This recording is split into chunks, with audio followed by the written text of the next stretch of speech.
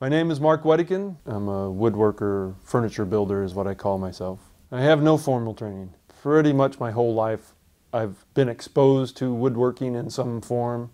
Grew up in Missouri in the kind of the heart of the hardwoods, and so I was always had wood in front of me. I generally try to use woods that have been harvested in a sustainable manner. Cherry and walnut are ones that are some of my favorite. They are easy to cut.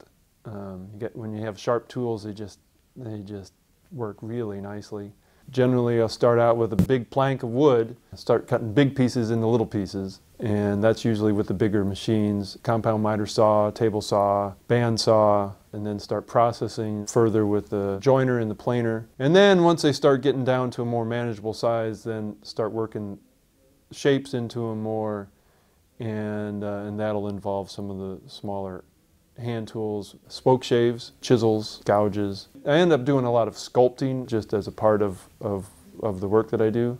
In the piece, the Little Sioux table, there's a lot of handwork in that piece, and the more handwork that goes into a piece, the more time it takes. I do a lot of hand cutting dovetails. In that particular piece, the main box of it that contains the drawers, all the corners of that are hand cut dovetails.